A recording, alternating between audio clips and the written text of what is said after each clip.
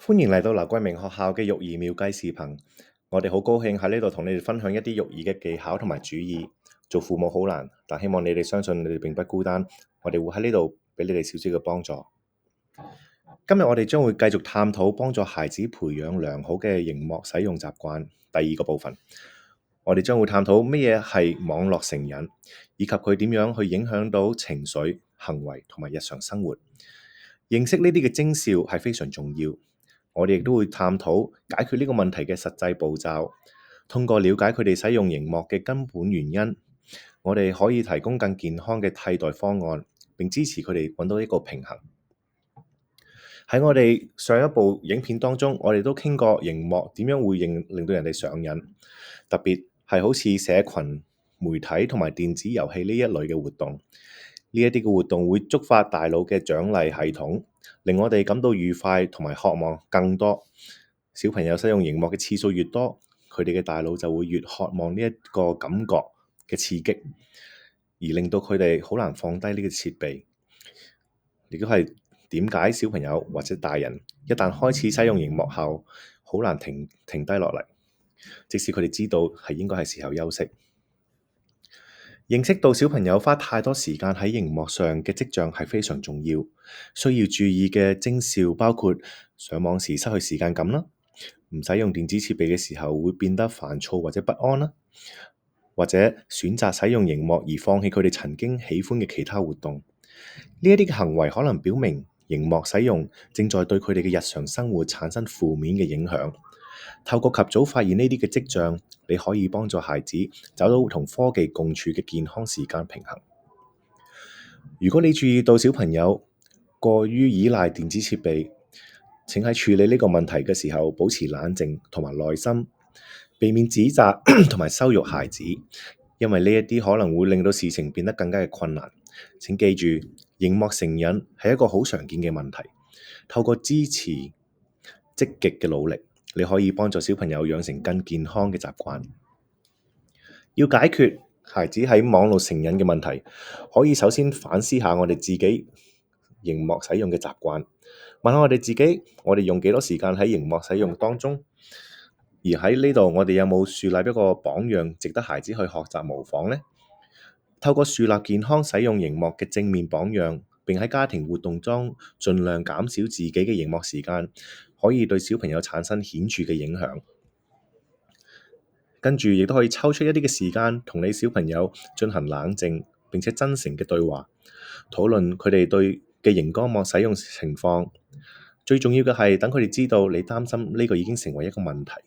並希望可以幫助佢哋找到更健康嘅平衡。向佢哋保證，其實你係站喺佢哋嗰一邊，希望能夠一齊努力去改善呢一個嘅情況。最重要嘅係唔好等小朋友發脾氣嘅時候就讓步，畀返部電子設備畀佢哋。因為當我哋妥協嘅時候，其實係鼓勵佢哋透過發脾氣嚟到達到目的，取而代之嘅係使用擁抱安撫佢哋，並幫助佢哋專注於其他嘅事物。咁樣可以教會佢哋點樣唔好依賴熒幕嘅情況下處理情緒。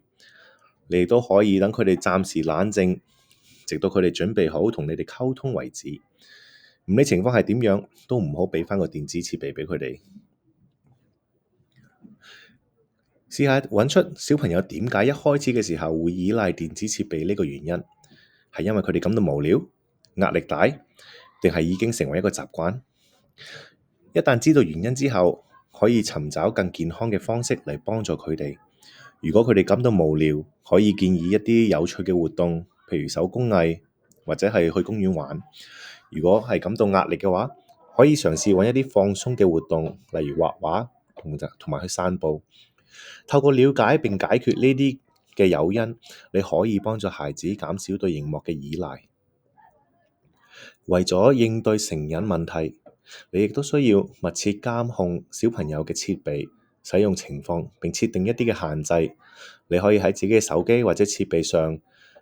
裝置你知道嘅密碼，同埋唔好同小朋友分享呢個密碼。咁樣可以防止孩子隨時隨地都可以使用設備，並限制佢哋使用設備嘅時間長度。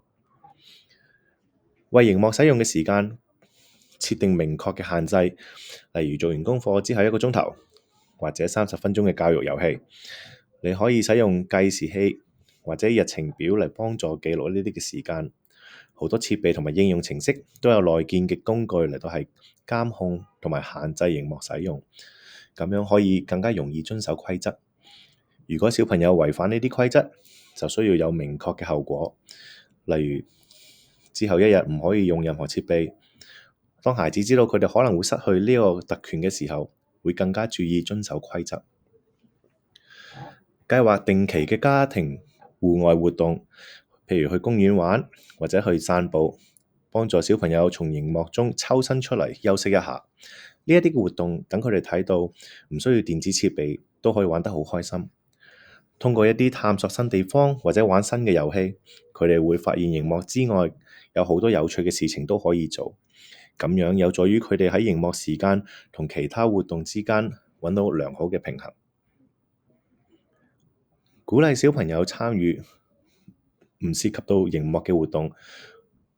例如戶外玩耍、閱讀同埋玩一啲捉棋、桌遊。呢啲有助於佢哋理解，唔需要依賴設備都可以玩得好開心，並且有學習。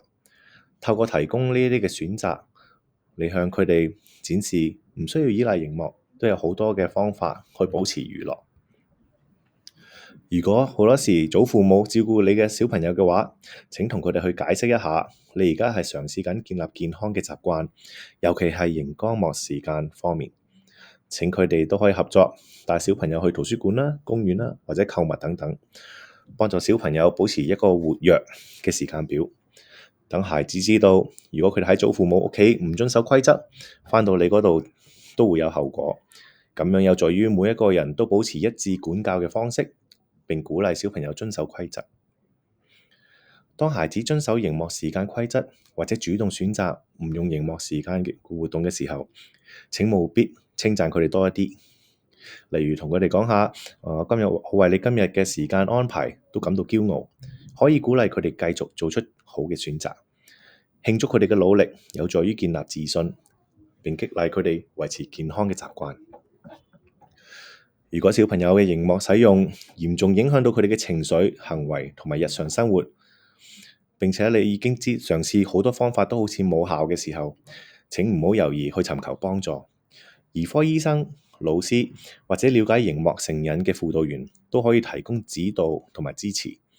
記住，目標係保持一致，理解小朋友並專注於幫助孩子建立長期嘅習慣，達到健康平衡嘅科技使用關係。呢個禮拜嘅視頻就到此為止，